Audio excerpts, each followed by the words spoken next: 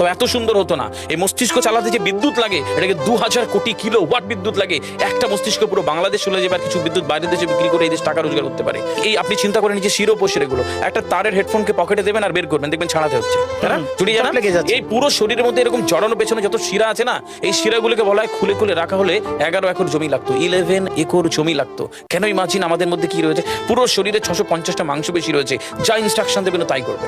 আজকে একবার ভেবে না, কাল একটা বাইক কিনবেন, হন্ডা কিনবেন, আপনি বাইরে বেরোবেন দেখবেন সব বাইকের দিকে নজর যাবে, এই বাইকটা ভালো, এটা সুন্দর, মাইলেজ ভালো, কোনটা ভালো, কি দেখবো। যতক্ষণ না কিনবেন মস্তিষ্ক আপনাকে ছাড়বে না, ও চিন্তা করতে থাকবে। ঠিক সেরকম একটা কমেন্ট যখন দিয়ে দেবেন, এই মস্তিষ্ক আপনাকে ওই কাজে এগিয়ে নিয়ে যাবে।